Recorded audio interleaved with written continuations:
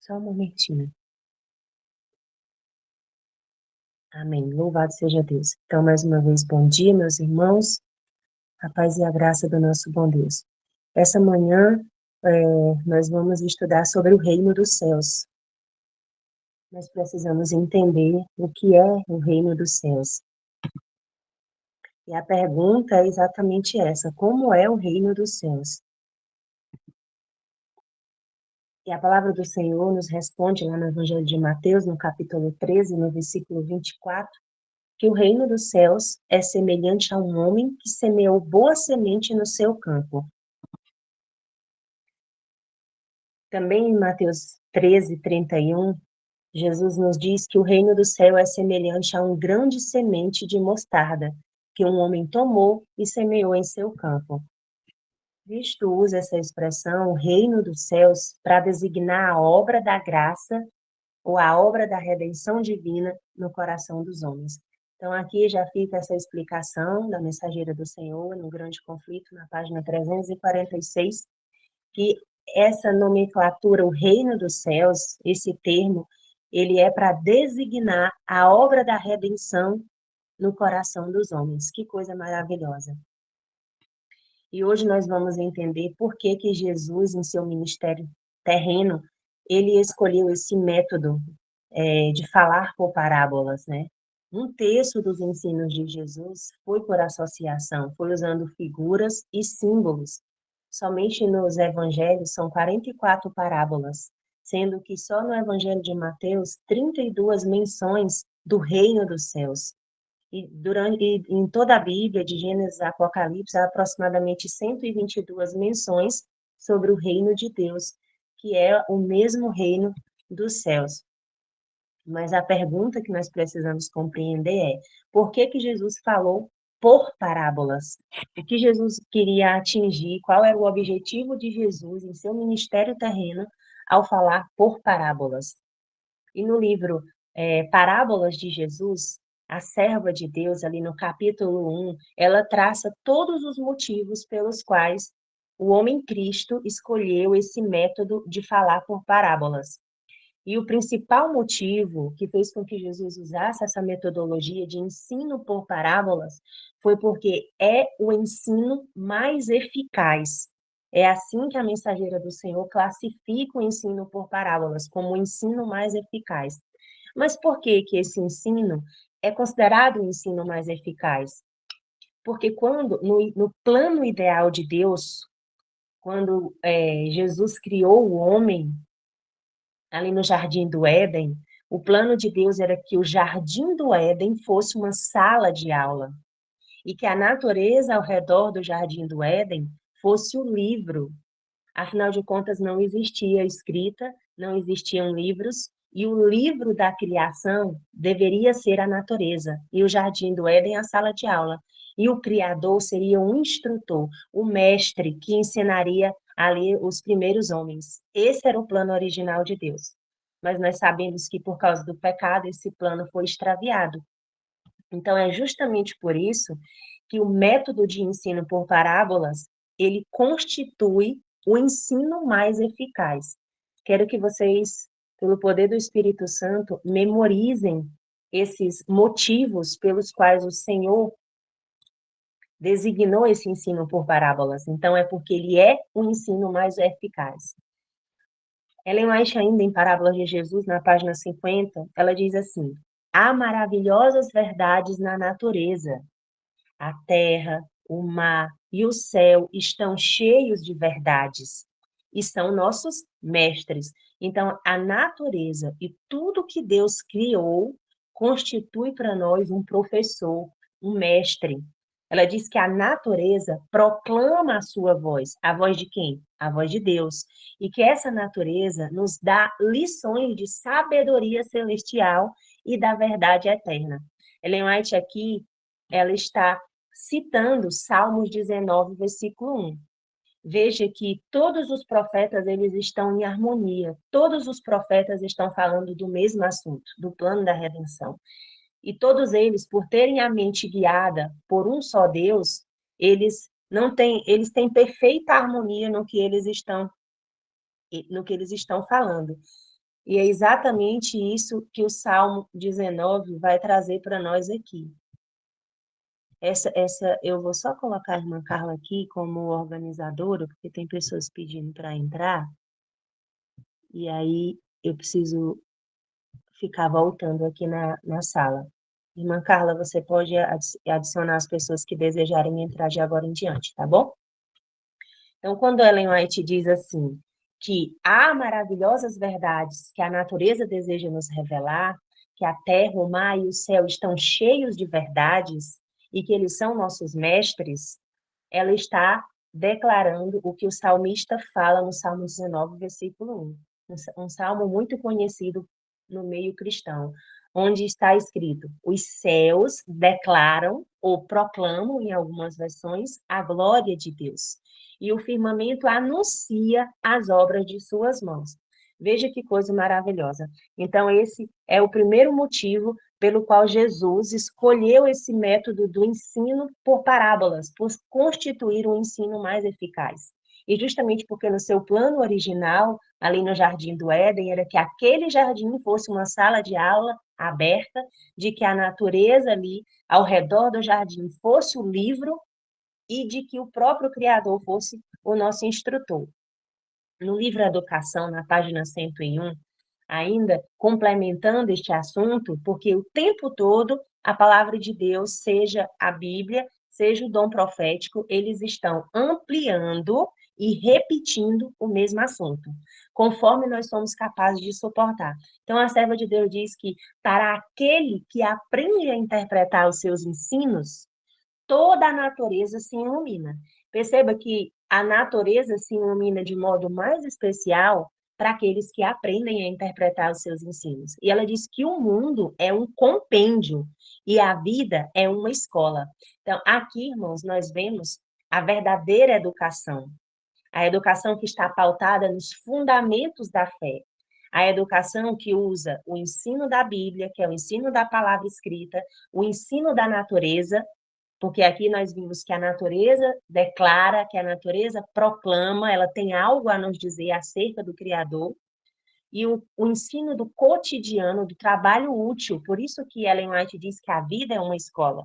Quando os nossos olhos espirituais forem abertos e quando nós negarmos a nossa vida carnal e vivermos uma vida no espírito, então toda a nossa vida, todo o nosso cotidiano, ao lavar uma louça, ao preparar um alimento, ao estar no jardim, toda a nossa vida vai ser uma escola e o mundo se tornará então um compêndio e a unidade do homem com a natureza e com Deus, e o domínio universal da lei que está imperando em todas as coisas criadas e também no ser humano, e os resultados da transgressão não poderão deixar de impressionar o nosso espírito e moldar o nosso caráter. Veja que o objetivo de Deus é aquela lei universal de que todos nós seremos transformados pela contemplação. Mesmo ao lavar uma louça, é possível nós tirarmos lições espirituais. Essa é a escola da vida que Ellen White fala, do mundo, ao contemplar o som de um pássaro, ao contemplar os animais, ao contemplar as cenas do pôr do sol, do entardecer, do amanhecer, tudo isso revela a grandeza de Deus. Então, esse é o primeiro motivo pelo qual nosso Senhor Jesus escolheu o ensino por parábolas, porque é o ensino mais eficaz, certo? E o segundo motivo, segundo Ellen White lá no livro Parábolas de Jesus, esse estudo, irmãos, é um estudo baseado no livro Parábolas de Jesus, no livro Educação, no livro Maior Discurso de Cristo e no livro Ciência do Bom Viver. Então, nós não precisamos recorrer para entender a mensagem da fé em outros livros, em outros autores. A própria Bíblia é a nossa única regra de fé, e o dom profético, que é aquele que nos auxiliará a compreender as Escrituras, são suficientes para nos apresentar Jesus, para que nós tenhamos um conhecimento experimental da fé. Então, eu estimulo os irmãos a adquirirem os livros do Espírito de Profecia. E se vocês não têm condições, que vocês possam baixar o aplicativo, estudar esses livros imprimir eles, de alguma maneira, para que, porque o dom profético ele nos estimula a estudar a Bíblia, que é a nossa regra de fé e prática. Então, o segundo motivo que Ellen White apresenta aqui no livro Parábolas de Jesus, no capítulo 1, para que Jesus tenha escolhido esse ensino por parábolas, é justamente porque as coisas naturais revelam as coisas espirituais. Isso é uma lei, certo? E Ellen White diz que os homens, eles podiam aprender do conhecido do desconhecido pelo conhecido. Das coisas celestiais do reino foram reveladas pelas coisas terrenas. Isso é um princípio, certo? As coisas naturais criadas por Deus revelam as coisas espirituais. Ela diz ainda que o natural e o espiritual devem ser associados. Então, não foi algo da minha cabeça essa manhã falar aqui sobre parábolas, falar sobre o ensino na agricultura, porque eu acho que isso seja bom. Não, eu não acho nada. Mas a palavra de Deus nos exorta que o ensino espiritual deve ser atrelado, associado ao natural, porque é por meio das coisas que nós podemos ver, das coisas conhecidas, que nós vamos poder entender, então, as coisas desconhecidas do reino celestial. Por isso, ela diz que o natural e o espiritual devem ser associados nos estudos de nossas escolas. Nós estamos aqui numa escola, não numa escola física, não numa sala de aula física, mas todas as reuniões, todos os momentos em que nós nos reunimos para abrir a palavra de Deus, para abrir as escrituras, para abrir o dom profético, nós estamos na escola de Cristo, na verdadeira escola de Cristo, aprendendo aos pés de Cristo. Então é por isso que nós devemos atrelar esse conhecimento associado das coisas que se podem ver para aprender as coisas que não se podem ver, que são as coisas da fé. Ela diz que as atividades da agricultura, elas ilustram as lições bíblicas, as leis obedecidas pela terra, prestem bem atenção, porque nós vamos precisar dessa informação mais à frente. As leis obedecidas pela terra. Perceba que existe uma lei em vigor, e esta lei ela é obedecida por as coisas criadas. A terra, o barro, eles obedecem uma lei que Deus implantou. E essa lei obedecida pela terra revela o fato de que ela está sobre um excelso poder de um Deus infinito. Olha que coisa maravilhosa. Os mesmos princípios que regem o mundo espiritual e o mundo natural são os mesmos princípios. É a mesma lei, que é a lei de Deus. Então, o autor da natureza é o autor da Bíblia. A criação e o cristianismo têm um só Deus. É por isso, irmãos, que o conceito de redenção ele é definido como criação. O que é redenção? Redenção e criação são a mesma coisa. Redenção é Deus criando no homem o que não existe. Quando a gente volta para Gênesis 1, o que está escrito lá? No princípio, a terra era sem forma e vazia. O que existia? Não existia nada. E Deus criou por meio da palavra. Então, a redenção é o mesmo processo, é Deus criando agora no homem o que o homem não tem, pelo mesmo princípio, pela palavra. Então, o autor da natureza e da Bíblia são o mesmo. A criação e o cristianismo têm um só Deus. As coisas criadas e o ser humano, todos foram criados pela palavra. Então, o terceiro motivo pelo qual a mensageira do Senhor assume que foi importante Jesus falar por parábolas em seu ministério terrestre, ela ressalta que as coisas naturais são sustentadas pelo poder criativo da palavra. Preste atenção. O que faz as árvores produzir até hoje? Por que que ano passa e ano termina e ano começa e as árvores continuam a frutificar? Os pomares, as oliveiras, as mangueiras, as bananeiras, as abacateiras, por que que tudo isso está produzindo? É porque a palavra de Deus, que foi lançada lá em Gênesis, crescei e multiplicai, que toda árvore que tem semente deu fruto. Porque essa palavra que Deus lançou lá em Gênesis, ela está vigorando até hoje. É por isso que quando chove, então essas fruteiras, esses pomares, eles florescem e frutificam por causa da palavra de Deus. Então, se nós entendermos que a palavra de Deus está funcionando até hoje, é por isso que nas primeiras chuvas, então a erva do campo começa a crescer. Ninguém entende como isso acontece. Aquela terra está seca, aquele chão está rachado, está sedento, mas de repente, quando o primeiro pingo de água cai, quando o inverno começa, então tudo começa a ficar verde, tudo começa a florescer, tudo começa a frutificar. Por que que isso acontece? Por causa das leis que Deus implantou na natureza. Ele disse que era para a relva nascer no campo. Ele disse que era para as árvores dar fruto. Então, essa lei está em vigor e essas coisas criadas estão obedecendo esta palavra até hoje.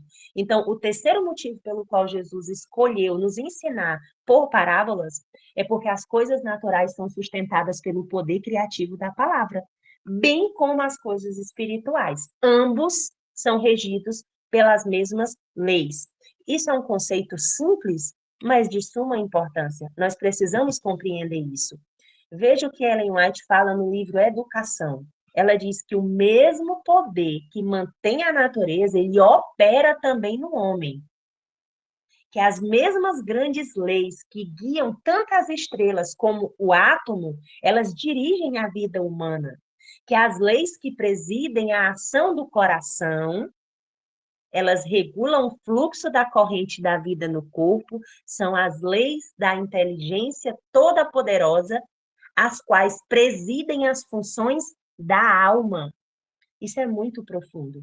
Que vocês possam estar em oração para que Deus ele tire toda a escama dos nossos olhos, para que o próprio Espírito Santo nos exorte, nos eduque, nos ensine em justiça essa manhã. A serva de Deus diz que dele procede toda a vida. Unicamente em harmonia com ele poderá ser achado a verdadeira esfera daquelas funções. Para todas as coisas de sua criação, a condição é a mesma. Qual condição, irmãos? Uma vida que se mantém pela recepção da vida de Deus. E agora eu vou trazer um conceito para vocês. Ellen White, se eu não me engano, é no Desejar de Todas as Nações, ela declara que em Jesus não há vida emprestada. Em Jesus há vida original. Mas isso não ocorre com nós, seres criados. Em nós não há vida original, é o oposto. Em nós a vida é emprestada. Olha só, a, para todas as coisas de sua criação, nós somos uma coisa da criação de Deus. Nós somos criaturas, seres criados, à imagem e semelhança de Deus. Ela diz que a vida que se mantém pela recepção da vida de Deus. O que nos mantém vivos? O que nos mantém com fôlego? O que nos faz respirar? O que faz com que o nosso coração bata? É a vida emprestada de Deus. Uma vida que se mantém pela recepção da vida de Deus. Uma vida que deve ser exercida de acordo com a vontade do Criador. E quando nós não estamos em harmonia com essa vontade do Criador, então o que que acontece? Há problemas na nossa vida. Há problemas emocionais, há problemas de origem físico, emocionais, espirituais. Por quê? Porque nós não estamos exercendo de acordo com a vontade da vida daquele que doa a vida. Então, esse é mais um motivo pelo qual Jesus escolheu o ensino por parábolas. O quarto motivo que Ellen White traz no capítulo 1 de Parábolas de Jesus, que Jesus falou por parábolas para que se cumprisse a profecia. Portanto, para que se cumprisse a palavra. Veja que Jesus, sendo Deus, mas tendo se esvaziado da sua forma divina e tendo encarnado, porque é isso que está escrito, que o Verbo se fez carne e habitou entre nós, ele escolheu se submeter à palavra. É por isso que está escrito: crer no Senhor Deus e serás salvos. Crê em seus profetas e prosperareis. O próprio Jesus, o príncipe desse universo, o rei da glória, se submeteu aos profetas. Se submeteu ao cumprimento da palavra. Ele não precisava disso, mas ele escolheu assim ser, para nos dar o exemplo. Então, para que essa profecia se cumprisse, no Evangelho de Mateus, no capítulo 13, ali nos versículos 34 e 35, está escrito que todas as coisas Jesus falou à multidão e também aos seus discípulos por parábolas. E sem parábolas, ele não lhes falava. Por quê? Para que se pudesse cumprir o que fora dito pelo profeta. Veja que aqui Jesus demonstra o método que foi usado para que ele vencesse o diabo, para que ele vencesse a carne pecaminosa que ele tinha, para que ele vencesse o mundo e para que ele vencesse o pecado. Qual foi o método que Jesus usou? Se submeter à palavra. Crer nos profetas, crer em Deus, crer nos profetas. Então, Jesus aqui, ele menciona o Antigo Testamento. Vejam só, ele diz assim: eu abrirei a minha boca em parábolas, proferirei coisas mantidas em segredos desde a fundação do mundo. Então, Jesus aqui, ele está citando o Antigo Testamento.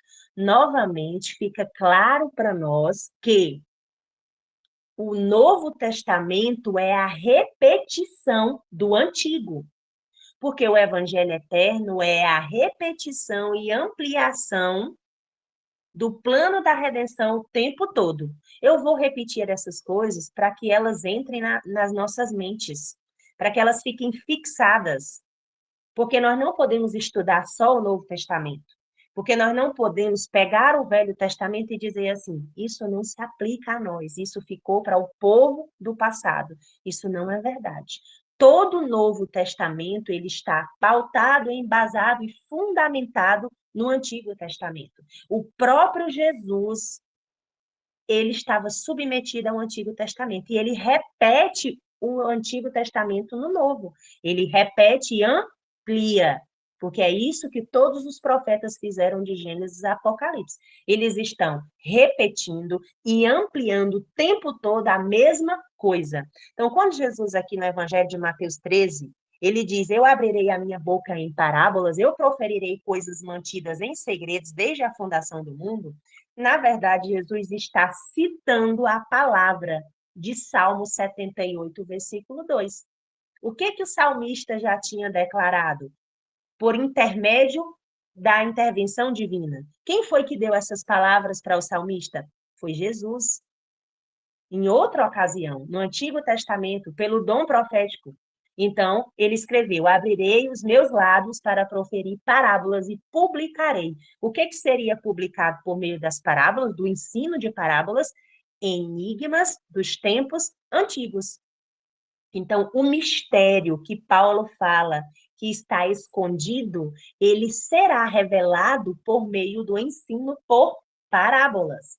Veja que coisa maravilhosa. Então, o quinto motivo pelo qual Jesus, em seu ministério terrestre, escolhe o ensino por parábolas é devido à obscuridade do pecado. É isso que Ellen White aborda lá em todo o capítulo 1 de Parábolas de Jesus. Ela diz que devido à obscuridade do pecado que cegou o nosso entendimento, devido às nossas faculdades terem sido trocadas, uma vez que após o pecado o homem passou a ser dirigido por as faculdades inferiores, por as faculdades baixas da mente, pelos apetites e as paixões, isso obscureceu a nossa mente. Então, esse é mais um motivo pelo qual o nosso Mestre Jesus escolhe o ensino por parábolas. Irmãos, todo esse início aqui do estudo é só introdução para embasar o motivo pelo qual nós vamos entender o reino dos céus por meio das parábolas, certo? Se nós não terminarmos hoje, não tem problema.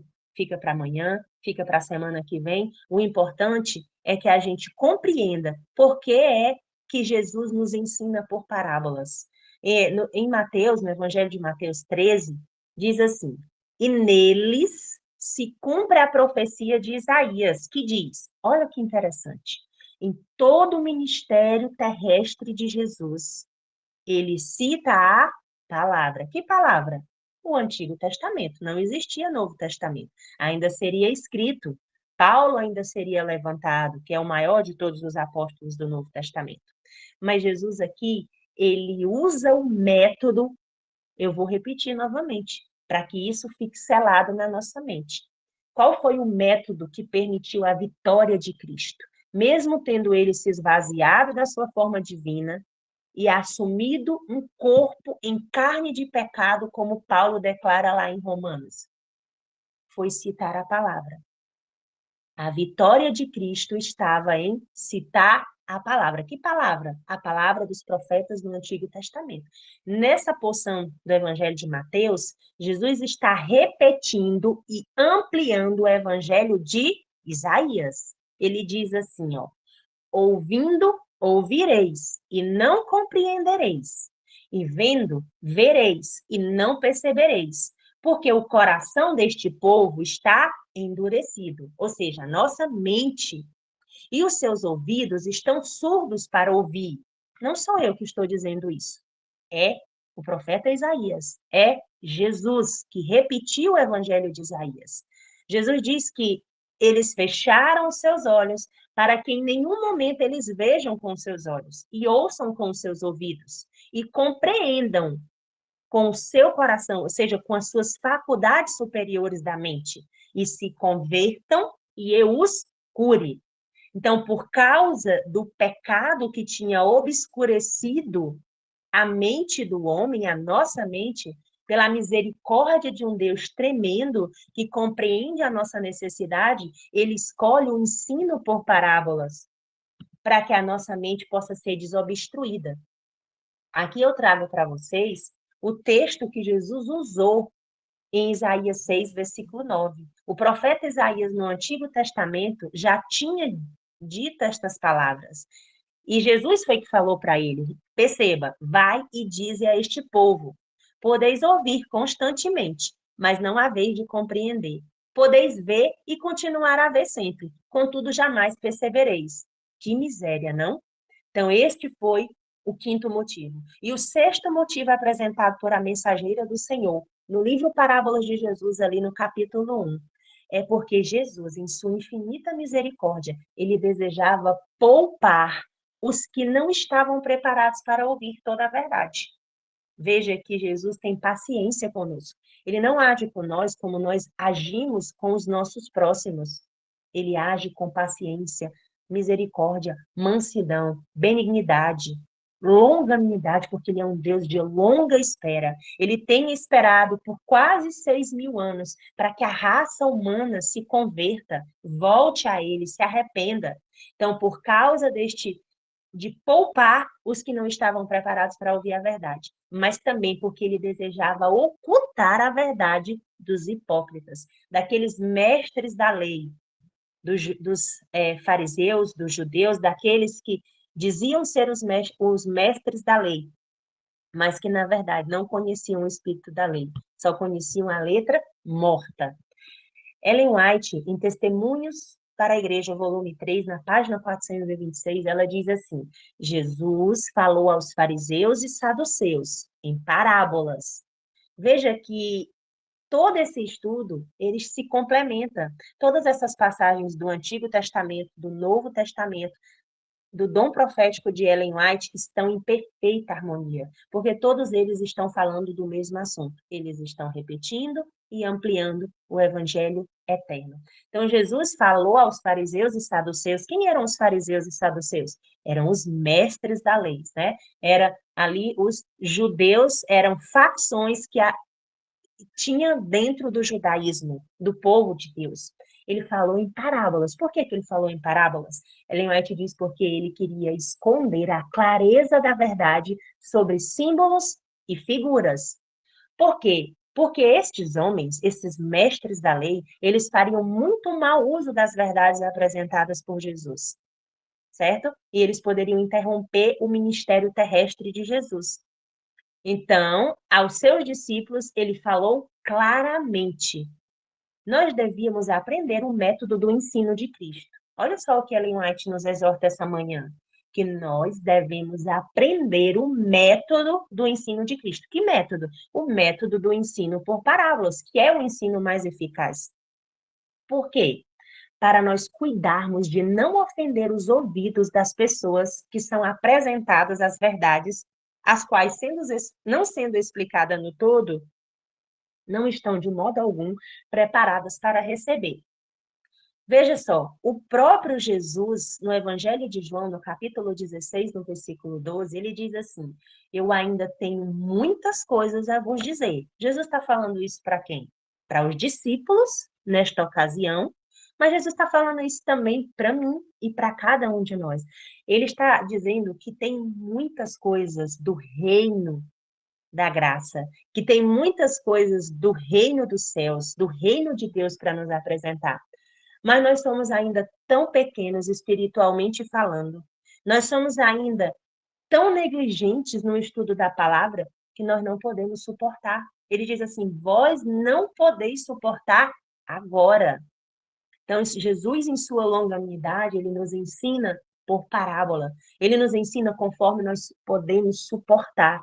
Ele não nos dá luz que nós não vamos colocar em prática. Ellen White, em outro texto, ela diz que a luz para nós, ela é apresentada. Conforme nós nos submetemos à luz, então mais luz será nos dada. No Evangelho de Mateus, no capítulo 13, no versículo 13, Jesus diz assim: portanto, lhe falo por parábolas, porque eles vendo, não veem, e ouvindo, não ouvem, nem compreendem, por a misericórdia de Deus. Estes são os 6 motivos. O 7º motivo, que também é trazido por Ellen White ali no capítulo 1 de Parábolas de Jesus, e talvez o motivo mais importante para que Deus tenha escolhido essa metodologia de nos ensinar essa manhã por meio das parábolas, é porque as parábolas, o ensino de parábolas, o ensino mais eficaz, é a verdadeira educação superior. Então, nesse mundo que nós vivemos, nós fomos estigados, estimulados a desejar cursar um nível superior, a desejar estudar nas escolas babilônicas. Mas Jesus diz que a verdadeira educação superior não se encontra nos títulos deste mundo, não se encontra nas faculdades deste mundo, mas se encontra na verdadeira educação, no conhecimento da fé. Veja só, em Parábolas de Jesus, na página 107, a mensageira do Senhor declara que a verdadeira educação superior, ela é obtida estudando a palavra de Deus e a ela obedecendo. E como é que nós estudamos a palavra de Deus? É pelo está escrito, mas também nós entendemos que é pelo livro da natureza, porque no plano original de Deus, quando ele criou Adão, ele colocou Adão no Éden, Eva no Éden, ele desejava que o Éden fosse o quê? Uma sala de aula. E que o livro deles fosse em qual livro? A natureza que eles circuncidavam. E que o próprio Cristo fosse o nosso instrutor.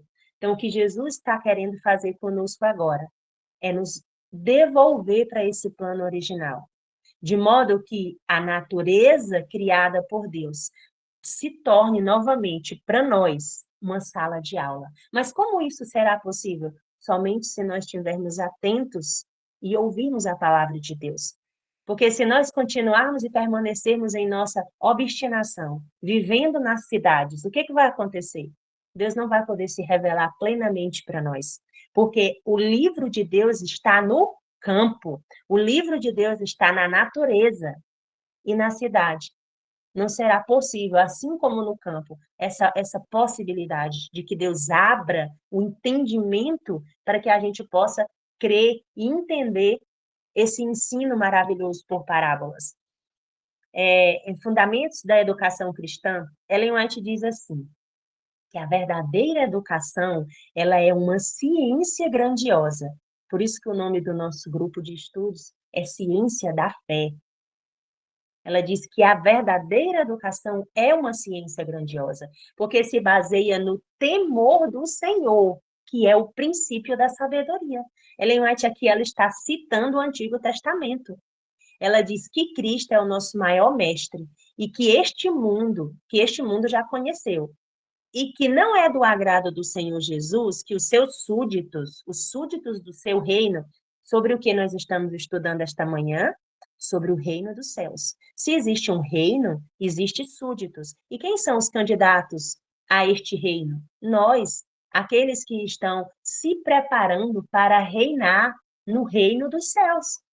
E Deus não se agrada, irmãos, que nós estudemos por meio da sabedoria de homens. É isso que Ellen White está dizendo aqui, que o nosso Mestre Jesus não se agrada de que os súditos de seu reino, pelos quais ele morreu, sejam educados de tal maneira que coloquem a sabedoria dos homens em primeiro plano e neguem ou releguem a sabedoria de Deus, conforme é revelada em sua santa palavra e derramada em sua santa palavra e revelada em sua santa palavra ao derradeiro lugar. Em Provérbios, capítulo 9, versículo 10, tem aqui a menção que Ellen White fez, onde está escrito: o temor do Senhor é o princípio da sabedoria, e o conhecimento do santo é o entendimento, revelando para nós que, de fato, o motivo pelo qual Jesus escolheu o ensino por parábolas constitui a verdadeira educação superior.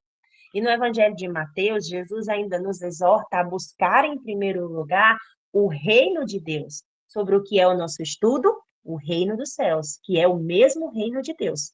E o que nós devemos buscar? Por isso que nós estamos aqui reunidos desde 5 horas da manhã, buscando, em primeiro lugar, o reino de Deus e sua justiça.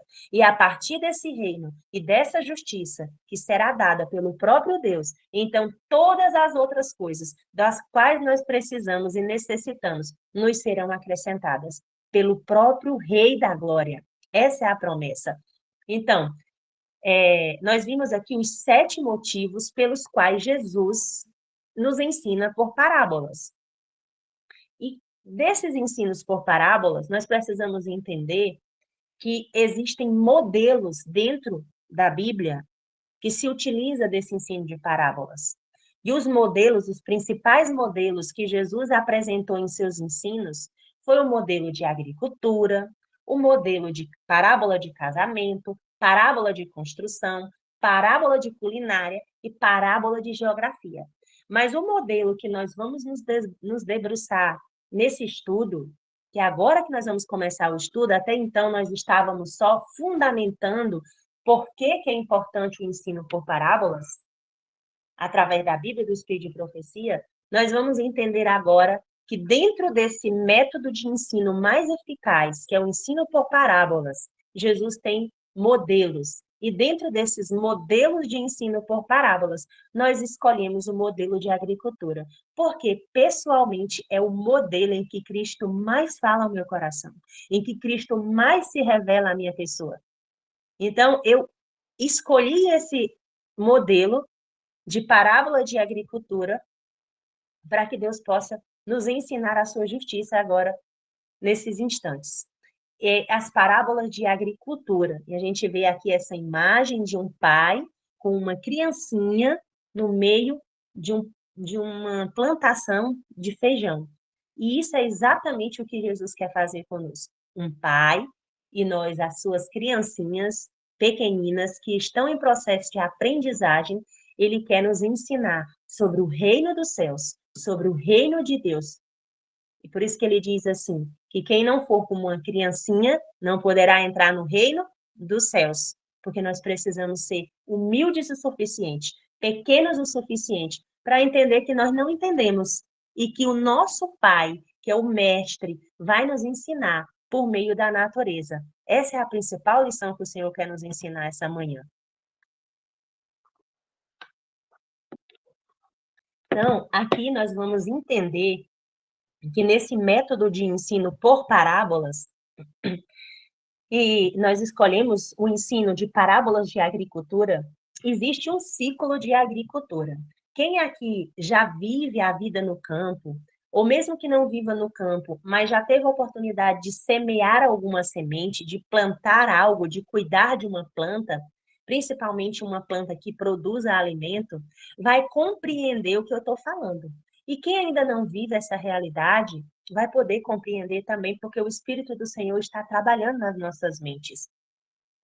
O que que acontece aqui nesse ciclo de agricultura? Eu vou tentar aumentar só um pouquinho aqui para facilitar o entendimento, mas se eu aumentar demais, vai cortar, né? O que que acontece aqui nesse ensino no ciclo da agricultura? Dentro da agricultura, nós temos um ciclo, nós temos etapas, nós temos as linhas da agricultura. Nesse primeiro desenho que vocês vão ver aqui, a gente tem um campo aberto, ensolarado, né, uma terra, e essa terra ela precisa ser aradada. Esse é um princípio da agricultura. Não se planta sem que primeiro se prepare a terra. Então, eu coloquei aqui uma máquina agrícola, um trator, representando ali a máquina que vai aradar, que vai preparar a terra para receber essas sementes. Essa é a primeira etapa do ciclo de agricultura. Nós temos aqui umas sementes que estão caindo ali da sua caixinha na terra. Veja que existe uma incisão na terra, um buraco, uma cova, como alguns chamam. Cova é lugar de morte, certo? Mas alguns também chamam de berçário, porque berçário é lugar de vida. Então, dois processos vai acontecer com essa semente. Primeiro, essa semente vai cair numa terra que foi preparada, que foi aradada. Depois, essa semente vai morrer, porque se não houver a morte da semente, não haverá germinação. Então, essa cova, essa incisão na terra, ela primeiro vai oferecer uma cova para a semente, que é a morte da semente, que vai proporcionar, então, uma germinação, que vai se transformar, então, num berçário, que vai gerar uma nova vida. Dessa semente vai nascer um broto. Mas para que essa semente germine, para que essa semente experimente a morte, é necessário que tenha água, que tenha chuva. Por isso, nós vamos entender que dentro desse ciclo de agricultura, alguns símbolos vão ser apresentados para nós. No Oriente Médio, na época que Jesus deu a parábola do semeador, Jesus observou as cenas do cotidiano das pessoas que viviam ali no Oriente Médio. E o que que acontecia? Os agricultores, a maior parte da população ali eram de agricultores. E eles aguardavam o período, a estação correta para que eles pudessem lançar as sementes na terra. Então, era feito todo esse trabalho de preparação da terra, onde eles aravam, aradavam a terra. Naquela época não existia máquinas agrícolas, grandes máquinas, então, mas eles tinham ferramentas, enxadas e ferramentas que eles preparavam aquele solo que estava endurecido, que estava rachado, sem água. Eles reviravam aquela terra, colocavam a terra de baixo para cima, a terra de cima para baixo, fazendo com que a terra ficasse fofa para receber então aquela semente. Aquela semente era lançada na terra e naquela terra então eles aguardavam as primeiras chuvas. No Oriente Médio, as primeiras chuvas eram chamadas de chuvas temporãs. Essas chuvas temporãs, elas caíam ali no Oriente Médio no tempo da semeadura. E era necessário para que a semente pudesse germinar sobre a influência de aguaceiros ou de chuvas que brotava como um rebento. Então, quando essas primeiras chuvas caíam sobre aquela semente, acontecia um processo sobrenatural. Um processo que Ellen White descreve no livro Parábolas de Jesus como sendo o processo da germinação da semente. Ela diz que Deus implantou nas sementes, em todas as sementes, um processo espiritual chamado de germinação. Então, é esse processo que faz com que a semente passe por a morte, porque para que uma semente possa gerar uma vida, uma nova planta, ela precisa primeiro morrer. Então, acontece que quando ela é colocada dentro da terra e quando essa terra entra em contato com a água, que são as primeiras chuvas, ela experimenta, então, essa germinação. É ativado dentro dela essa latência que Deus colocou, esse princípio germinativo. Por que que as sementes germinam? Porque Deus falou, porque Deus disse, porque Deus implantou dentro de cada semente um princípio germinativo. Prestem bem atenção nesses detalhes, irmãos. porque isso daqui é o fundamento da fé. Se nós não entendermos os processos da natureza, como que uma semente germina, por que que as sementes até hoje estão a germinar quando é colocada na terra? Quando a água cai sobre ela, por que que ela nasce? Então nós não vamos entender como Deus vai efetuar a salvação na nossa vida. Então, quando essas primeiras chuvas caíam no Oriente Médio, acontecia então esse processo de germinação, a semente passava pela morte e gerava um broto, uma nova vida. E esse broto, então, conforme a estação das chuvas, ele ia crescendo, porque aquela chuva temporã, ela era uma temporada, era uma estação. E durante aquela estação, essa planta que tinha passado por esse processo de morte, ela começava a se desenvolver, a crescer, e havia ali um processo de crescimento constante. Isso é totalmente algo que não depende de nós. Nós podemos preparar a terra, nós podemos trabalhar, derramar suor na terra, mas o processo de germinação, ele independe de nós. Eu estou falando isso por experiência própria, porque Deus tem me dado esta experiência, porque Deus tem falado comigo por meio desse livro da natureza, porque Deus tem aberto os meus olhos para essa sala de aula que é a natureza, que é o campo. E eu tenho preparado essa terra com labor, com lágrimas, com suor, mas ainda assim eu não posso fazer nada com relação ao germinar, porque não depende de mim fazer com que essa planta nasça.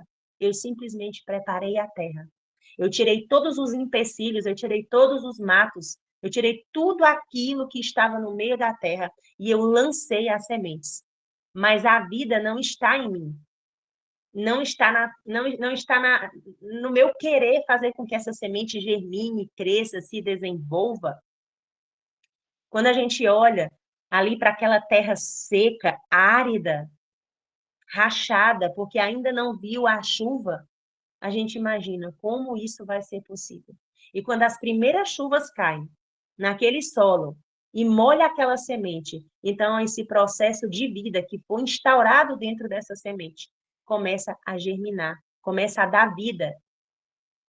E o outro processo é uma pequena semente, seja de qual legume for, de qual fruto for, ela irrompe um broto, e esse broto, irmãos, ele tem força para levantar um torrão de areia. Vocês já pararam para pensar nisso?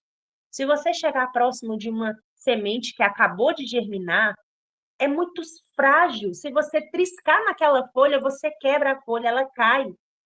Mas há poder naquela semente, um poder que foi implantado pela palavra de Deus, que ela tem forças para levantar um torrão de areia, uma terra seca, e ela abre aquela terra e ela surge daquela terra. Nisso está o poder de Deus, o poder da palavra.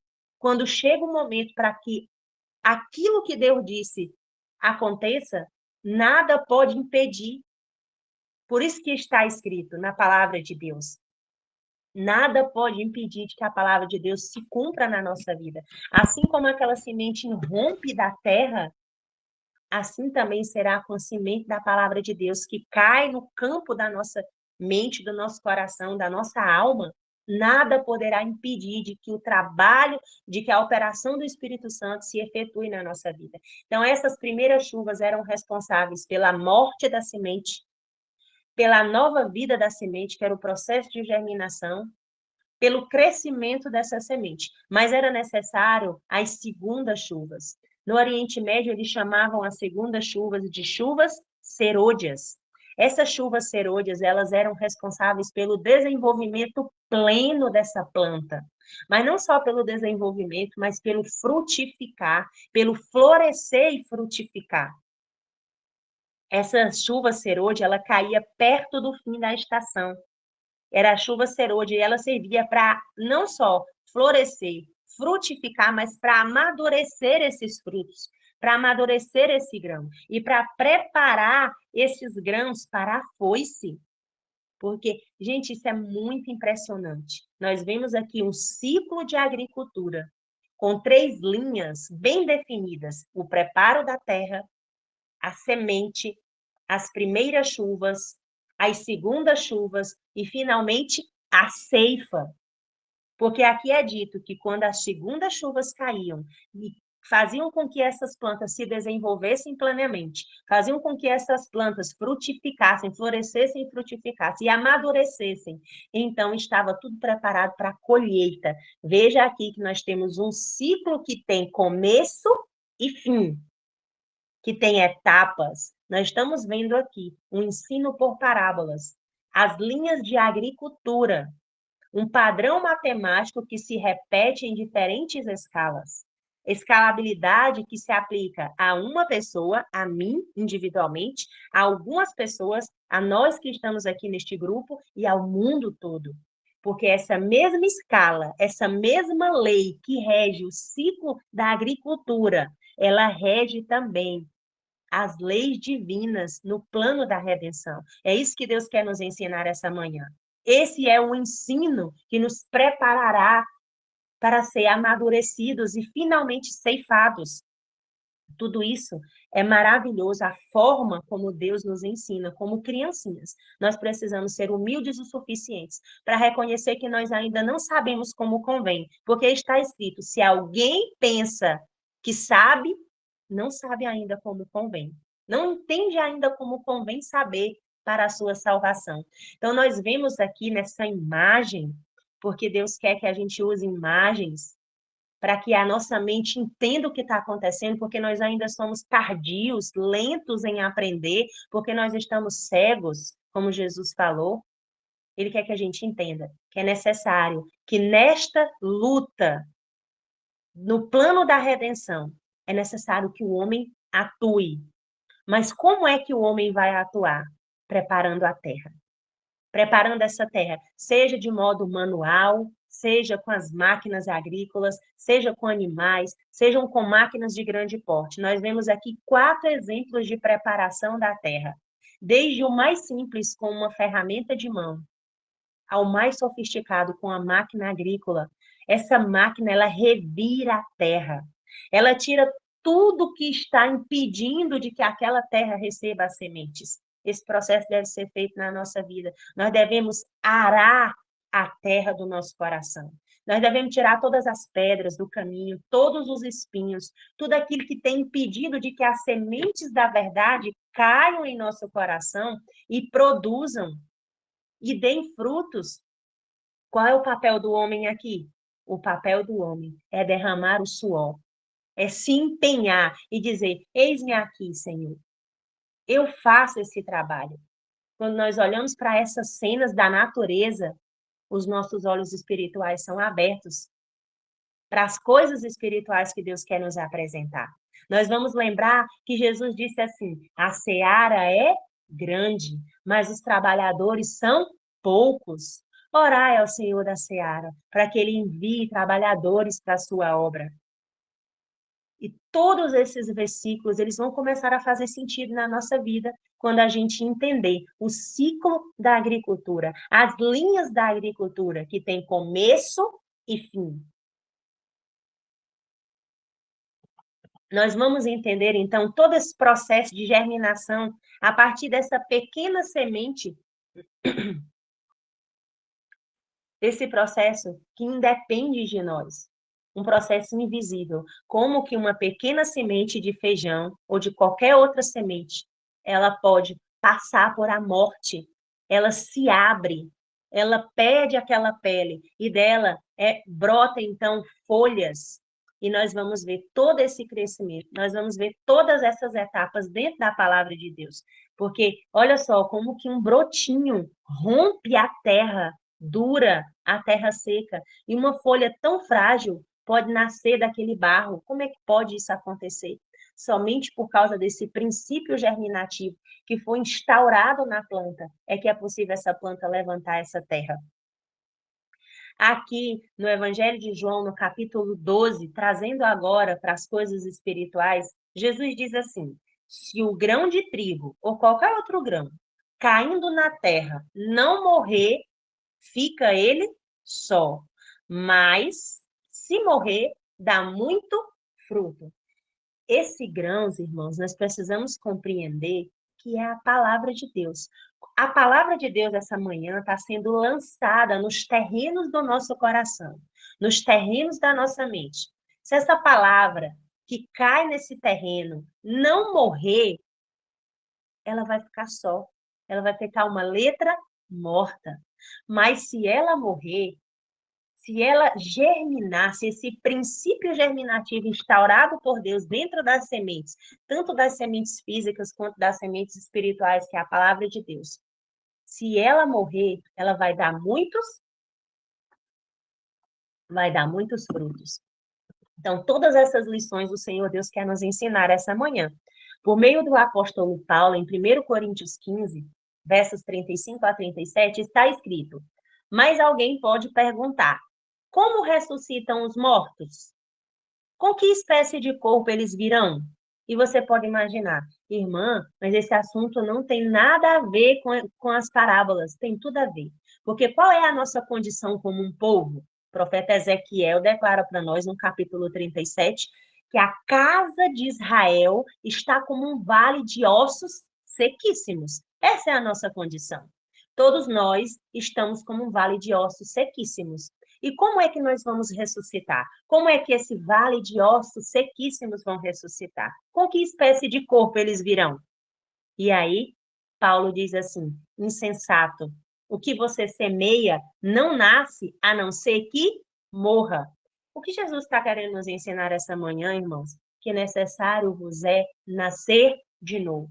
Nascer da água e do Espírito. Se nós não nascermos de novo, se essa semente que tem sido lançada manhã após manhã, dia após dia na nossa vida, se ela não passar por esse processo de germinação, se o eu não morrer, se não houver morte, não haverá vida. Porque para que uma nova vida surja no meio do povo de Deus, é necessário que haja a morte do eu.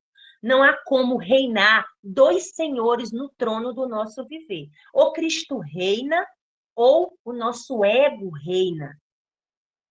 Não há lugar para dois senhores. Então, quando você semeia, você não semeia o corpo que virá a ser, mas você semeia apenas uma simples semente, como a semente de trigo ou de qualquer outra coisa.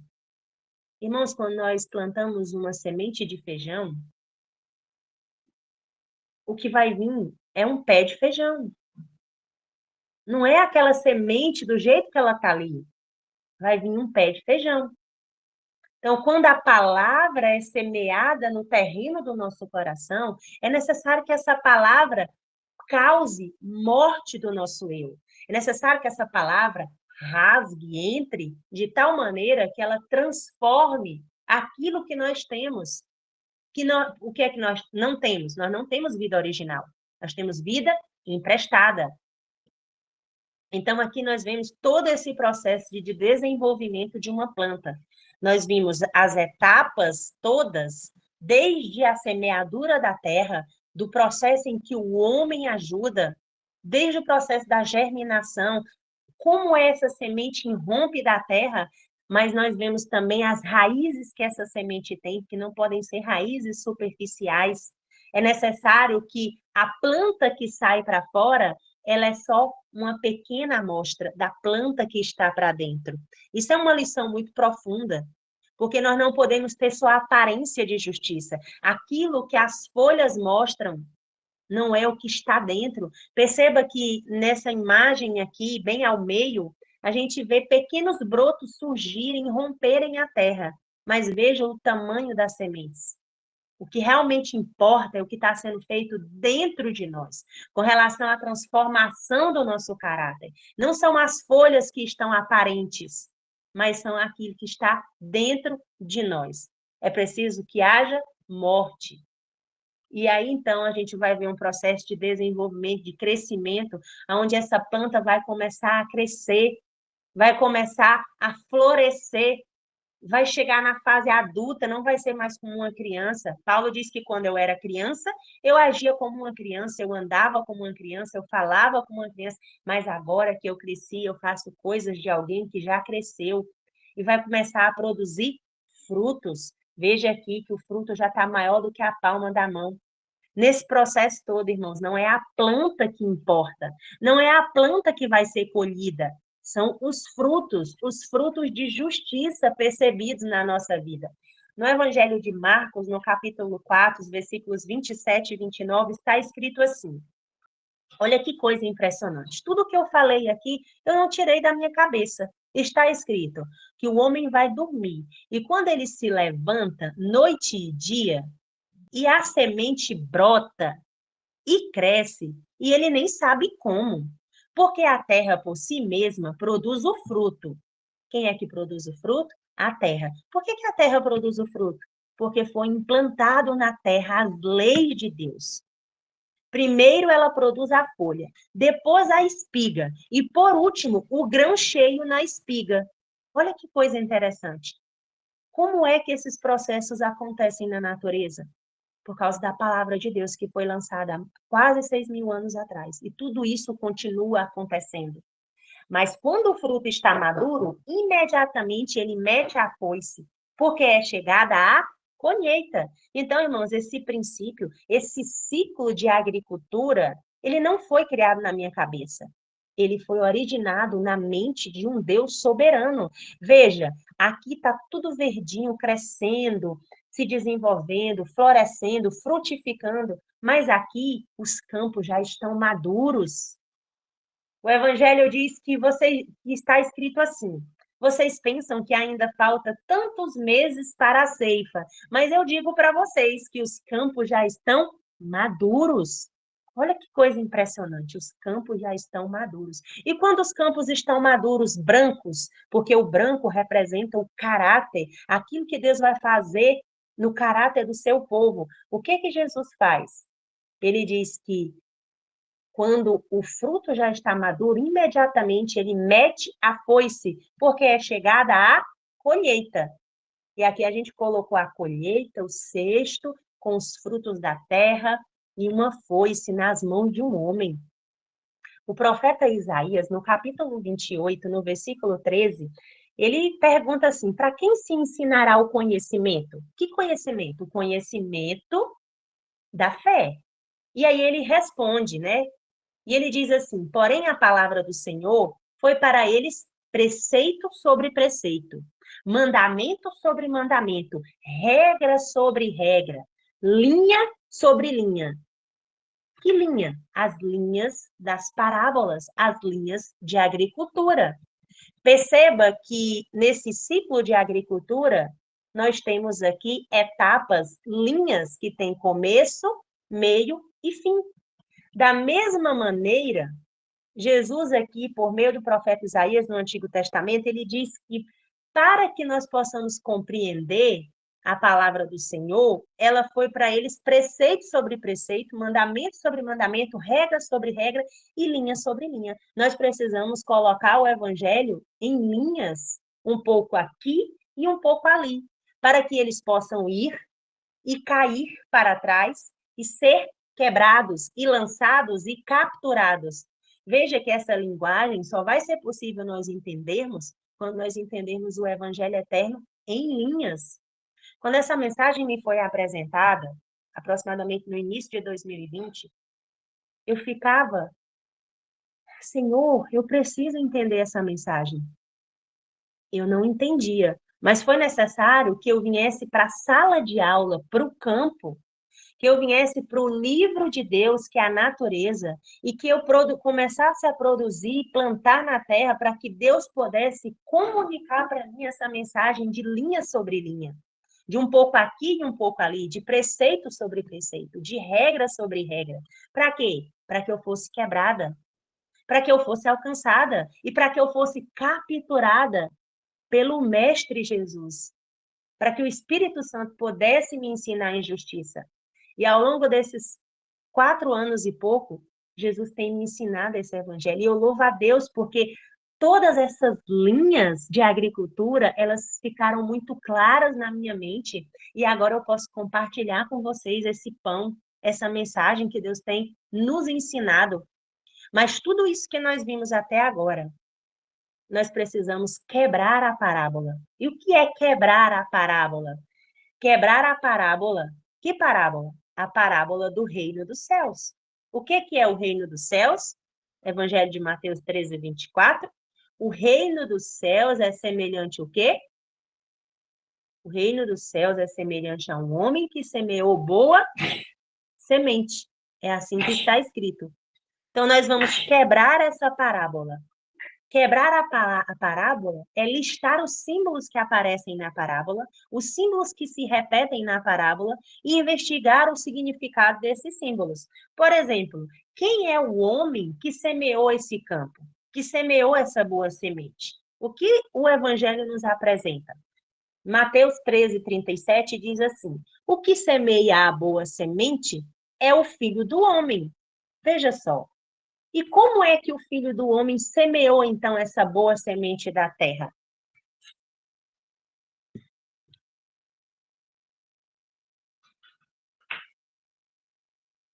O filho do homem, ele semeia essa boa semente da terra, irmãos, como está escrito aqui em Parábolas de Jesus, capítulo 10. Assim também saiu Cristo, o semeador celeste, a semear. Ele deixou o seu lar seguro e cheio de paz. Ele deixou a sua glória que possuía junto ao Pai. Antes de o mundo existir, ele deixou a sua posição do trono do universo. E ele saiu como um homem sofredor e tentado, porque ser tentado não é pecado, e Jesus foi tentado, e Jesus tinha uma natureza pecaminosa.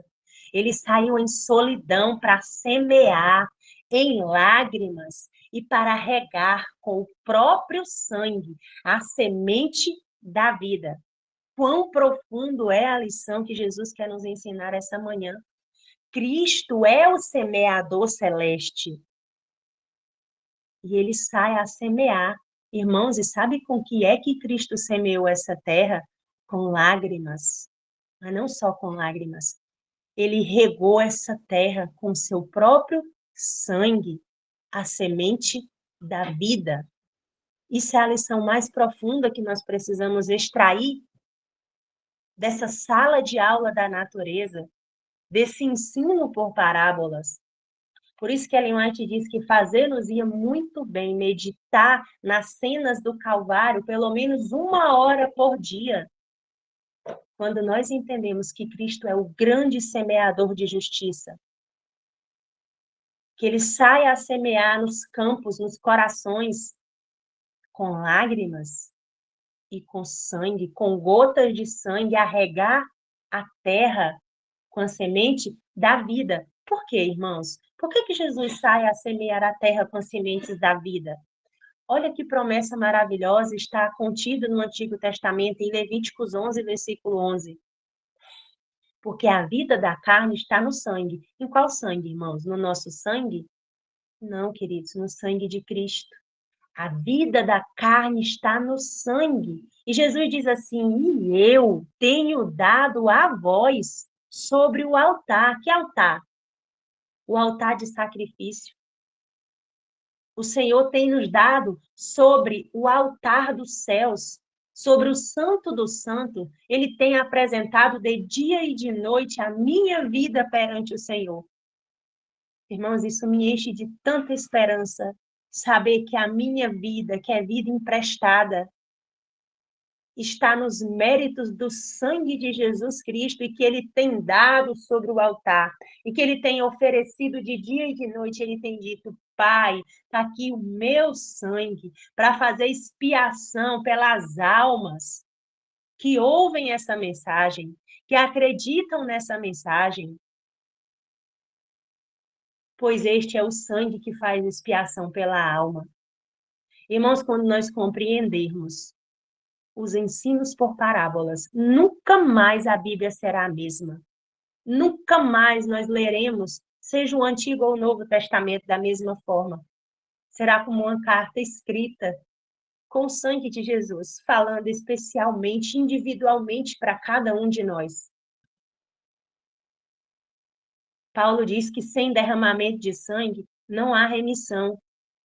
A lei do Senhor, que é perfeita, ela queria justiça. O que a lei dizia? A alma que pecar, essa morrerá. O salário do pecado é a morte. O Senhor ofereceu essa morte perfeita. O Senhor derramou o sangue dele para que houvesse remissão. O que é remissão? É redenção. O que é redenção? É criação. O que é criação? É Deus criando em nós o que nós não temos: justiça. Essa é a única mensagem que importa para nós. Nós não precisamos nos abater, nos afligir, nos preocupar se o Papa vai morrer, se vai se levantar outro Papa, se o presidente dos Estados Unidos está assim, se está daquele jeito. Irmãos, isso não interessa para nós. A única coisa que nos interessa é o conhecimento da fé, é o conhecimento da justiça de Cristo. É esse conhecimento sem o qual ninguém verá a Deus. Irmãos, o que é a boa semente que esse semeador saiu a semear? Nós não precisamos ter dúvida, nós precisamos ter certeza. Em Parábolas de Jesus, a mensageira do Senhor diz assim: o seu ensino por parábolas era a semente com que a qual as mais preciosas verdades de sua graça foram disseminadas. O ensino por parábolas é a semente, queridos. No Evangelho de Lucas, no capítulo 8, no versículo 11,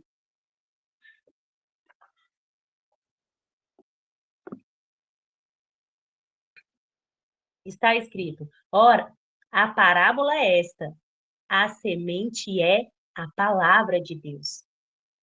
O que é a semente que cai no campo? É a palavra de Deus, irmãos.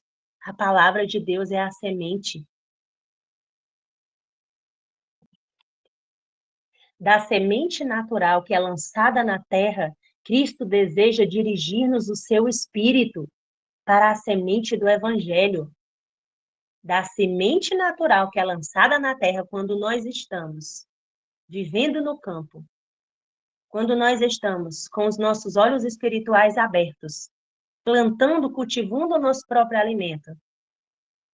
Vocês precisam entender essa manhã que a vida no campo não diz respeito a fugir, não diz respeito a medo, a nada disso. A vida no campo diz respeito. A vida no campo é sobre ser educado na escola de Cristo. A vida no campo é sobre contemplar e ser transformado. É porque Deus quer dirigir o espírito, o nosso espírito, para que a semente do evangelho, cuja semeadura resultará em reconduzir o homem à lealdade para com Deus, ou seja, redenção. Porque Deus deseja nos levar de volta para casa, para o nosso lar edênico, para as mansões celestiais, para o reino dos céus, a qual Ele tem preparado há quase 2000 anos.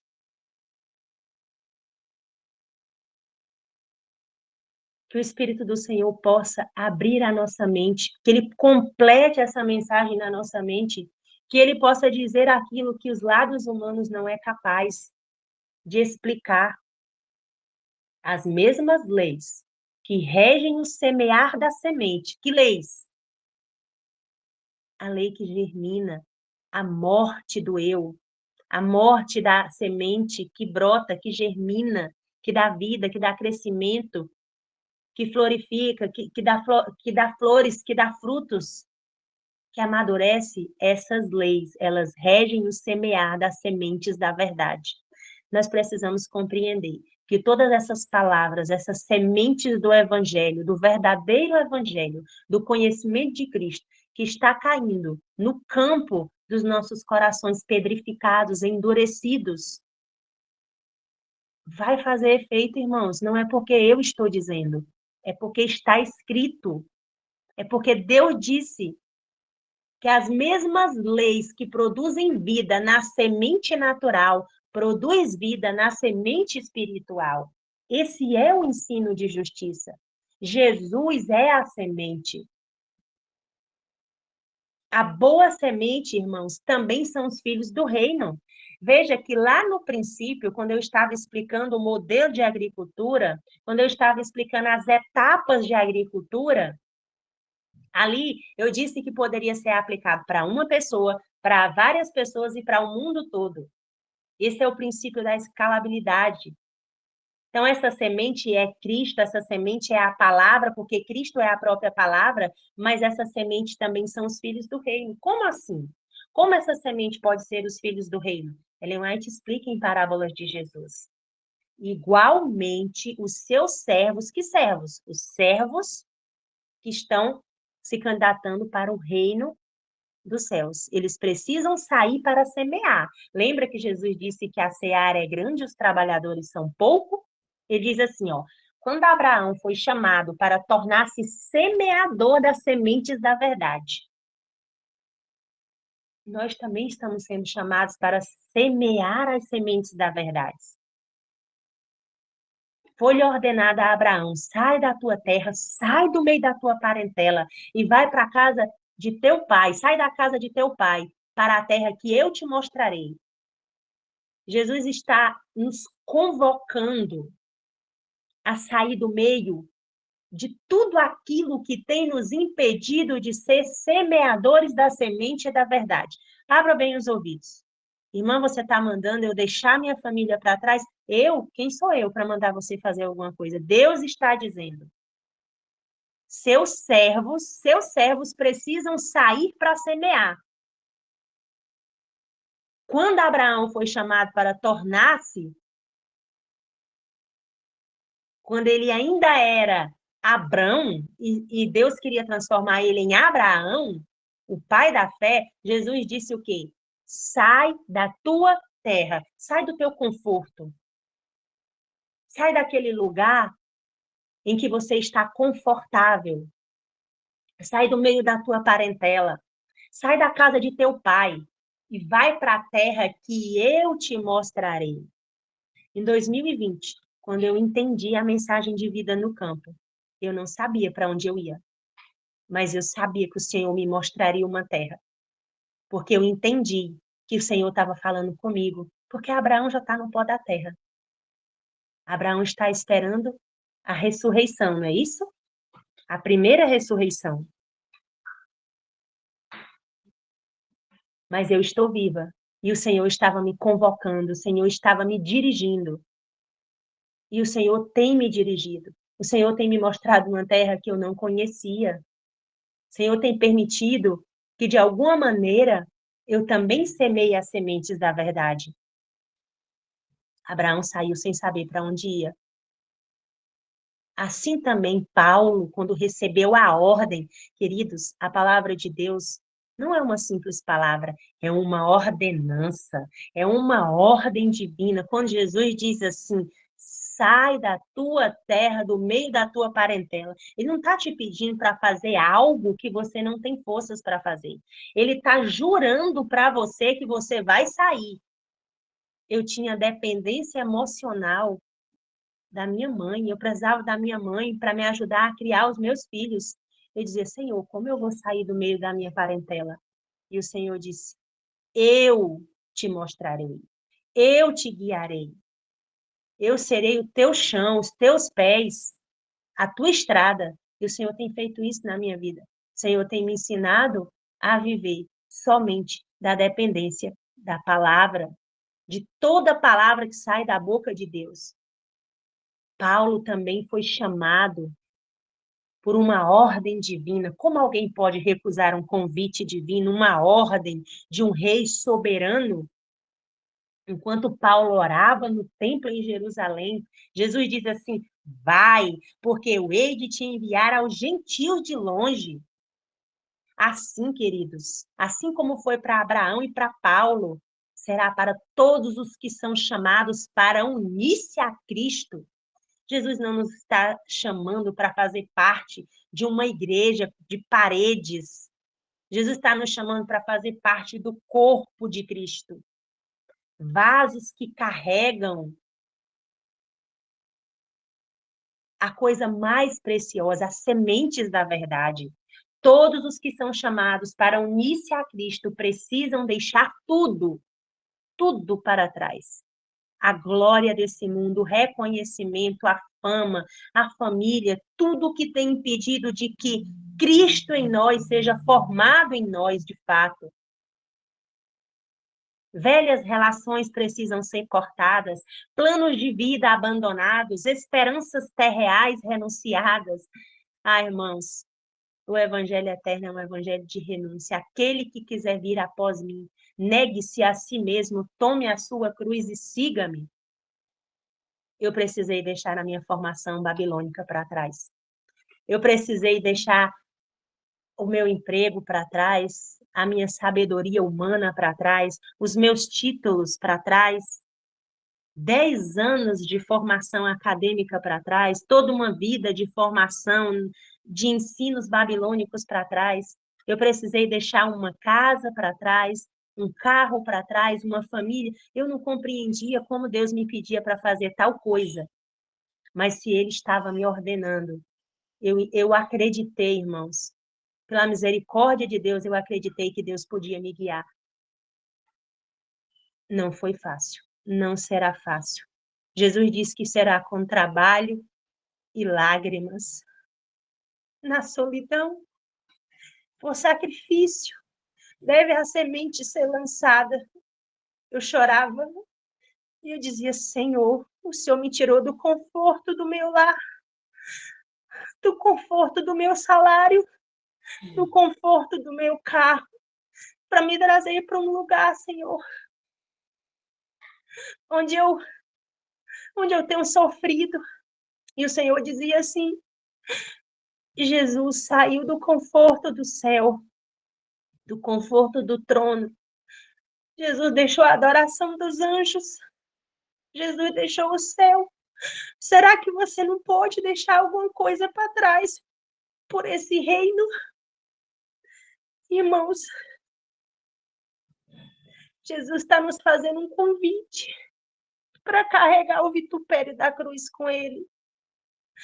Nós não temos entendido esse evangelho. Nós não temos entendido e compreendido esse chamado para semear as sementes da verdade. Do evangelho de Mateus, e Ellen White comentando essa citação de Mateus 13:37, ela diz assim: Cristo viera não como um rei, mas como um semeador, não para subverter os reinos deste mundo, mas para espalhar as sementes da verdade, não para levar os seus seguidores a triunfo terrenos, a reconhecimentos, a grandezas nacionais, a cargos políticos, mas para uma colheita que será ganha depois de paciente trabalho e por perdas e desilusões. O Senhor tem me feito passar por tantas desilusões, por tantas decepções, mas é isso que o Senhor deseja fazer na nossa vida. Deus deseja tirar toda certeza que nós temos desta vida, deste mundo, toda convicção maculada que nós temos em homens, em coisas. Deus deseja, de alguma maneira, que toda a nossa segurança terrena se acabe, porque nós precisamos olhar para as cordas. Nós precisamos olhar para as cordas que estão diante de nós, para as sementes, para as promessas e nos apegar somente a essas promessas. Os discípulos, eles passaram por um grande desapontamento, porque a princípio eles criam que o reino dos céus era um reino terrestre, que Jesus ia tirar eles do jugo dos romanos, que Jesus ia se levantar e assumir o trono dos judeus, mas isso não aconteceu, irmãos. Eles não foram reconhecidos, eles não triunfaram aparentemente, eles não tinham grandezas nacionais, e eles passaram por um grande desapontamento. E essa manhã, o Senhor está nos chamando para passar por o maior de todos os desapontamentos que vocês podem imaginar. A serva de Deus disse que todo apoio humano nos será tirado. Irmãos, se nós temos ouvido e nos agradado de ouvir um evangelho que é diferente do ensino que Jesus está nos ensinando esta manhã, por meio do ensino mais eficaz, que é o ensino por parábolas. há um equívoco muito grande. Esse não é o evangelho que salva.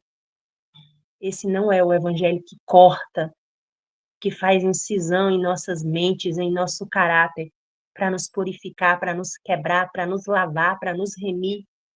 É necessário que todos nós que estamos ouvindo essa mensagem experimentemos o grande desapontamento, as desilusões deste mundo, para que só então nós nos voltemos para Cristo, para entender que Ele é o autor e consumador da nossa fé. E que somente o Espírito de Deus e que somente Jesus será a única coisa que não nos será tirada, porque tudo mais, todo apoio humano, nos será tirado. Mas uma coisa restará, porque Ele disse que nos daria o seu Espírito e Ele estaria conosco até a consumação deste mundo. Eu sei que o tempo já está avançado, mas eu queria terminar essa primeira parte, que diz assim: o que é o campo? Nós já respondemos. O Evangelho de Mateus diz que o campo é o mundo, mas o campo é também o nosso coração. Ellen White falando de alguém, no seu tempo, em Testemunhos para a Igreja, volume 4, que estava entendendo esse ensino eficaz, esse ensino por parábolas. Ela disse que o seu coração estava inflamado com a verdade. É isso que Jesus deseja fazer conosco essa manhã, nos inflamar com a verdade de suas sementes. Ela diz que este homem que estava inflamado com as verdades das sementes de Cristo, ele tinha sua mente absorvida no estudo das Escrituras. É isso que Deus deseja fazer conosco. Nada mais importa a não ser estar aos pés de Cristo. Ele via nova beleza em cada linha. Lembra que eu falei que Jesus quer colocar o juízo por linha? As linhas de agricultura, as linhas das outras parábolas, depois da boa semente lançada em seu coração. Então, o que é o campo? O campo é o mundo todo, mas o campo é também o nosso coração, a nossa mente, que foi crescendo e produzindo frutos para a glória de Deus. Que coisa maravilhosa. O que é a germinação? O que é esse crescimento da semente que acontece, irmãos? Ellen White diz que a germinação da semente representa o começo da nossa vida espiritual. É o desenvolvimento da planta, é uma figura do desenvolvimento do caráter de Cristo. Assim que eu mudei para o campo, algumas semanas depois, parecia que eu já estava tão desapontada e eu testei o Senhor. Eu ainda não tinha esse entendimento que eu tenho agora, mas eu lembro que eu comprei 7 abacates e eu falei assim, Senhor, se foi o Senhor mesmo que me trouxe para esse lugar, para passar por essa situação que eu estou passando. Senhor, fala comigo. Eu estava desesperada. E eu disse assim, Senhor, eu comprei 7 abacates. Se foi o Senhor que me trouxe para esse lugar, me ajuda, fala comigo. Quando eu abrir esse abacate, a semente dele vai estar germinada. Eu estava lendo o livro Parábolas de Jesus. E eu já estava entendendo que existia um princípio germinativo implantado nas sementes. Eu disse, Senhor, fala comigo, porque eu queria desistir. E quando eu abri aquele abacate, aquela semente estava toda germinada. Havia um broto que se envolvia por toda aquela semente e já havia folhas que estavam enroladas naquela semente. Eu disse, Senhor, não é possível. Me perdoa, Senhor, a minha incredulidade, mas isso deve ser coincidência. Senhor, se é o Senhor mesmo que está me respondendo, que o segundo abacate também venha germinado. E no segundo dia eu abri o segundo abacate. E semelhante ao primeiro, aquela semente estava toda germinada. E havia broto que envolvia todo o seu caroço. E havia folhas enroladas. E ainda assim eu estava como Gideão, incrédula, e eu disse, Senhor, tem misericórdia de mim, Senhor, me ajuda na minha incredulidade. Senhor, eu ainda não posso entender isso. Parece ser coincidência demais. Eu não entendia que não existe coincidências no reino dos céus. Existe providência, existe um Deus que nos ensina por meio do livro da natureza. Eu disse, Senhor, Me perdoa, mas se for mesmo o Senhor que está me dizendo que sim, é para me ficar neste lugar, pelo mais uma vez, pela terceira vez, que eu abra o abacate, que ele esteja, Senhor Deus, germinado. E quando eu abri aquele terceiro abacate, ele estava germinado, da mesma forma que o primeiro e o segundo. E eu chorei. Mas Deus foi tão misericordioso comigo que no meu pensamento eu ainda testei o Senhor. E eu disse: Senhor, não se irrite comigo, Senhor. Tem misericórdia de mim. Mas se é mesmo o Senhor que falou comigo pelo primeiro, pelo segundo e pelo terceiro abacate germinado, que todos esses abacates estejam germinados, porque a mesma operação que operou no primeiro, no segundo e no terceiro opera em todos e opera também, Senhor, na minha mente, para que eu creia e abra os meus olhos. Irmãos, e um dia após o outro, durante 7 dias, eu abri os 7 abacates e todos os 7 abacates estavam germinados, com broto, com folhas enroladas envolvendo todo aquele caroço. E eu lembro que eu peguei aquelas 7 sementes de abacate, coloquei em 7 copos descartáveis com 2 dedos de água para formar uma muda.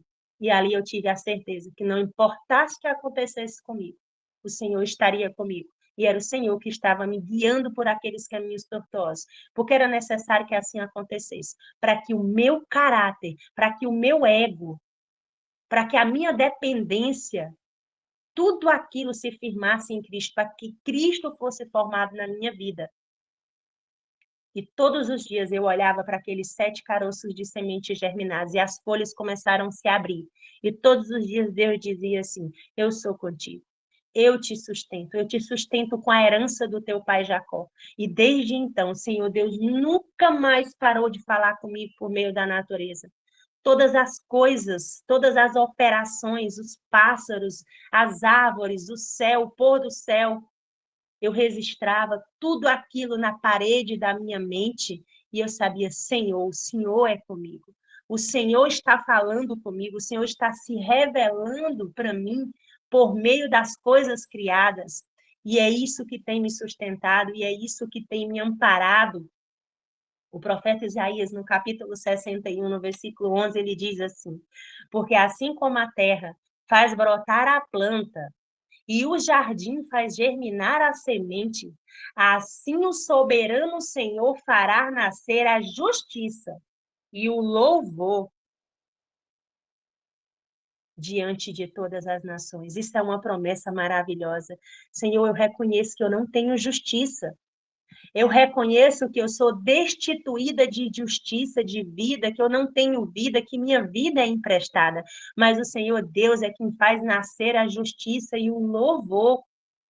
Aleluia, glória a Deus por isso. Irmãos, o que é a ceifa da terra? Quem são os ceifeiros? O Evangelho de Mateus nos responde: a colheita é o fim do mundo, é o fim da história do pecado. Os ceifeiros são os anjos.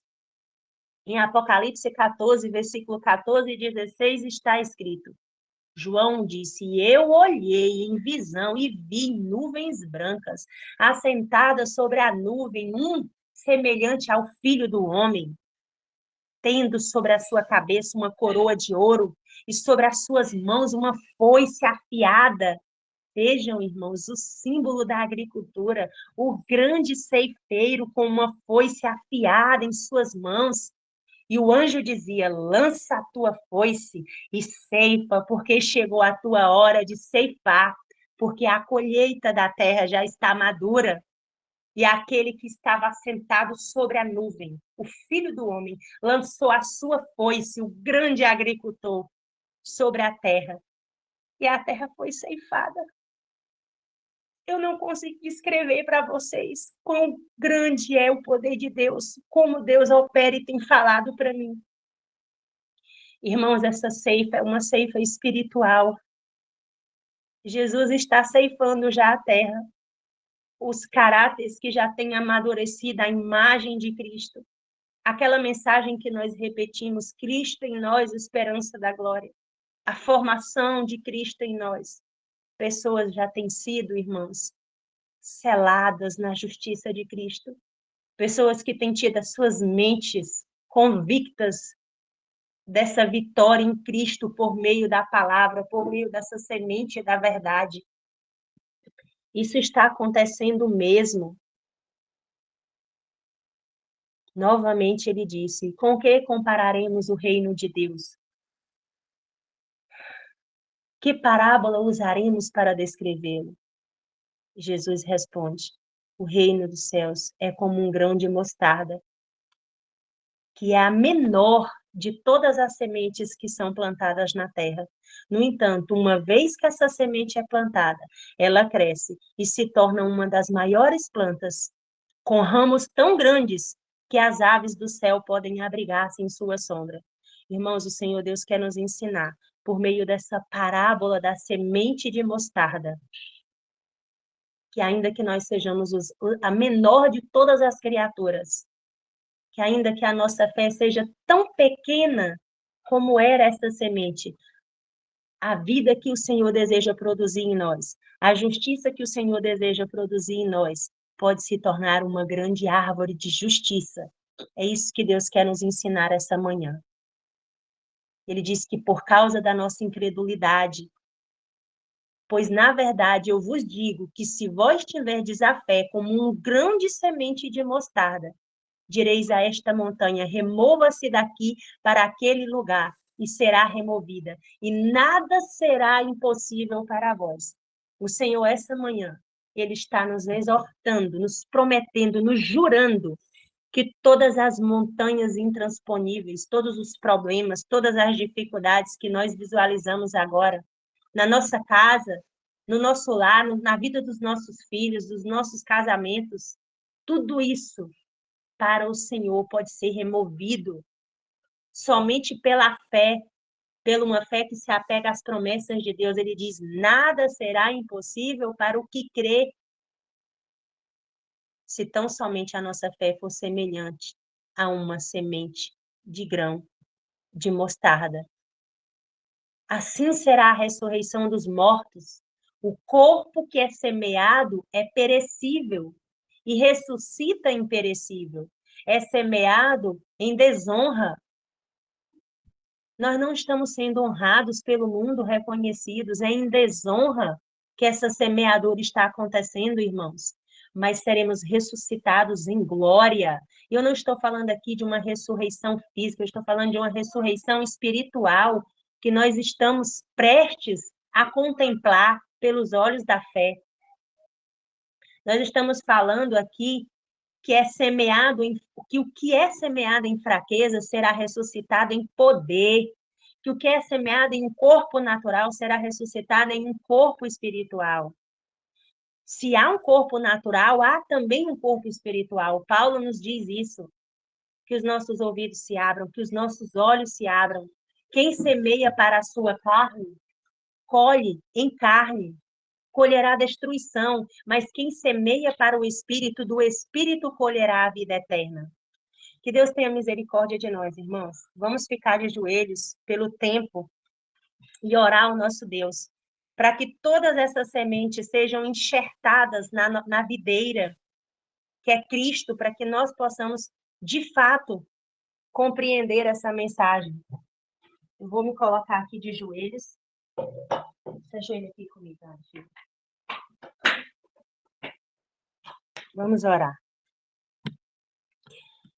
Bendito Deus, eterno Criador do universo. O Senhor que é o grande semeador. O Senhor que tem semeado a terra, Pai, com as sementes da verdade. O Senhor que tem implantado um princípio germinativo em cada semente, Pai. Porque está escrito que nenhuma palavra voltará vazia. E nós temos que crer. E nós temos que esperar que essas promessas se cumpram, Senhor. Porque o Senhor tem nos dito coisas maravilhosas, coisas tremendas. E nós te suplicamos que o Senhor tenha misericórdia de nós.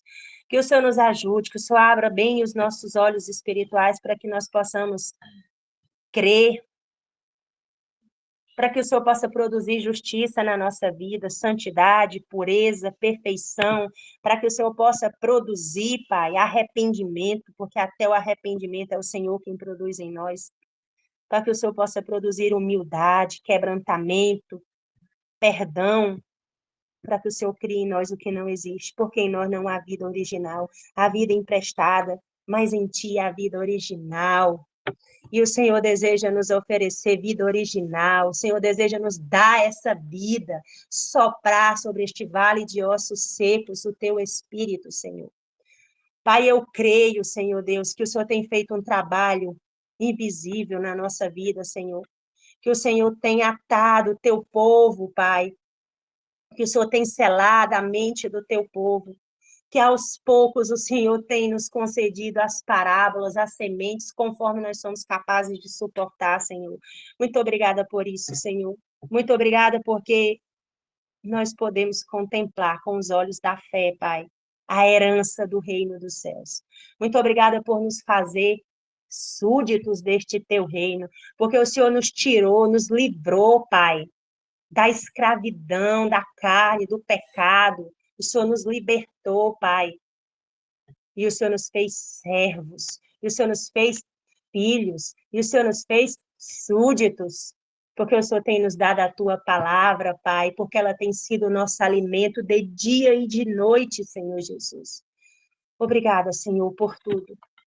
Senhor, nos ajuda, Pai. Tem misericórdia de nós, Senhor. Nos ajuda na nossa incredulidade, nos ajuda a crer, Senhor. Fica conosco este dia, este restante de semana. Trabalha na nossa vida, nos comunica a fé, Pai, por meio do ensino mais eficaz. Abre os nossos olhos, Pai, para ver os céus declarando, Pai, a glória de Deus, para ver os céus anunciando o caráter de Deus. Forma, Senhor Deus, a tua justiça em nós, Senhor. Não porque haja mérito em nós, Senhor, mas porque o Senhor regou a terra com o teu sangue, Senhor Deus. E é o teu sangue que o Senhor apresenta todos os dias diante do Pai. O Senhor diz: o meu sangue, Pai. Senhor, segura por mais um tempo os ventos, Pai. Porque é o Senhor que tem segurado os ventos, é o Senhor que tem dado ordem para que a terra te obedeça. Toda a terra está trabalhando segundo a tua palavra, ó Senhor. Todos te obedecem, Senhor. Segura, retém ainda por um pouco mais de tempo, porque tua serva diz que nós devemos orar para o Senhor reter os ventos, até que o teu caráter esteja completamente amadurecido em nossas vidas, ó Senhor. Nós ainda carecemos, Pai, da tua justiça. Nós ainda carecemos de ouvir mais, de contemplar mais, Senhor. Por favor, Senhor, fica conosco e que teu bom e santo Espírito, aquele que nos guia a toda a verdade, que ele complete esta mensagem em nossas mentes, pelo teu poder, pelos méritos do sangue de Jesus, é que nós te oramos, na plena certeza de que o Senhor ouviu o nosso clamor, de que o Senhor recolhe as nossas orações, de que o Senhor está muito mais ansioso para nos dar do que nós para receber. Obrigada, Senhor, pela tua justiça. Em nome de Jesus. Amém.